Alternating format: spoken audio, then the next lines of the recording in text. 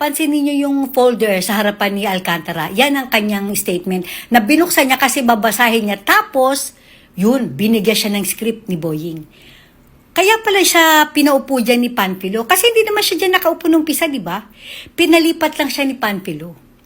Nakita mo yung naging facial expression nitong si Alcantara nung ibinigay ni Boying sa kanya yung papel. Kasi siguro nagulat siya.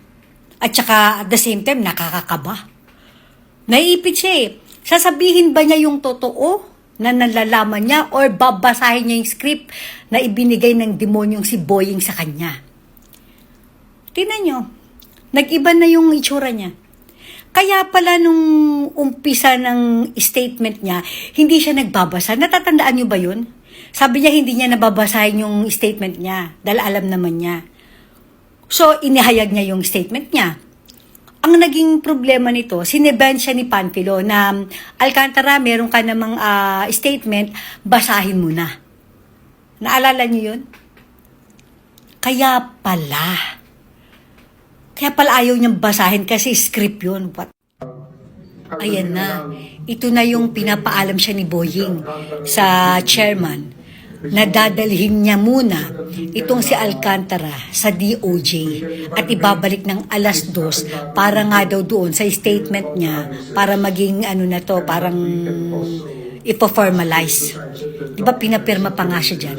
Ang problema, yung pinapirmahan sa kanya, hindi yung statement niya na nasa folder niya, kundi yung script na ibinigay sa kanya. Kaya pala ganyan na lang kung kabahan itong si Alcantara. Hindi kasi natin nakikita, diba? Sa TV kasi, sa harap lang ang nakikita natin. Hindi natin alam na meron ganyang pangyayari pala sa likuran nito. Tingnan niyo si Alcantara, kaya pala takot na takot. Meron palang nangyayaring anomalya, may kababalaghan palang ginawa na naman itong demonyong si Boying na ito. Ayan no, syempre kinakabahan siya para sa buhay niya. Hindi niya alam kung ano magiging kapalaran niya. Diba? Magkakasabwat.